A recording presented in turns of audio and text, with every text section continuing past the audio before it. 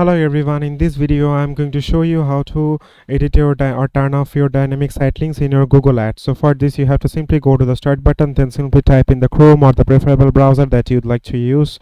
Then simply type in Google Ads in the search bar, then click on enter. After that you have to simply go to the first website from here, and once you're here you have to just simply click on the sign in option and the start now button according to your preferences, and after that it will simply take you to a page like this, and then what you need to do is simply click on the campaigns icon in the left hand side, and from here you have to just simply expand the assets option from here. And once you click on the assets option, it will simply show a page like this, and then you have to simply click on the more option here in the right hand side, and then you have to just simply click on the advanced settings option from here. And then here you can see that we have already got the dynamic site links option from here. You have to just simply expand it, and once you are here you can see that we are already got the option of on and off. Now if you just simply click on the off icon from here, then just simply click on the save icon, then it will simply turn off the dynamic site links. So it is as simple as that, guys. Thank you very much for watching this video.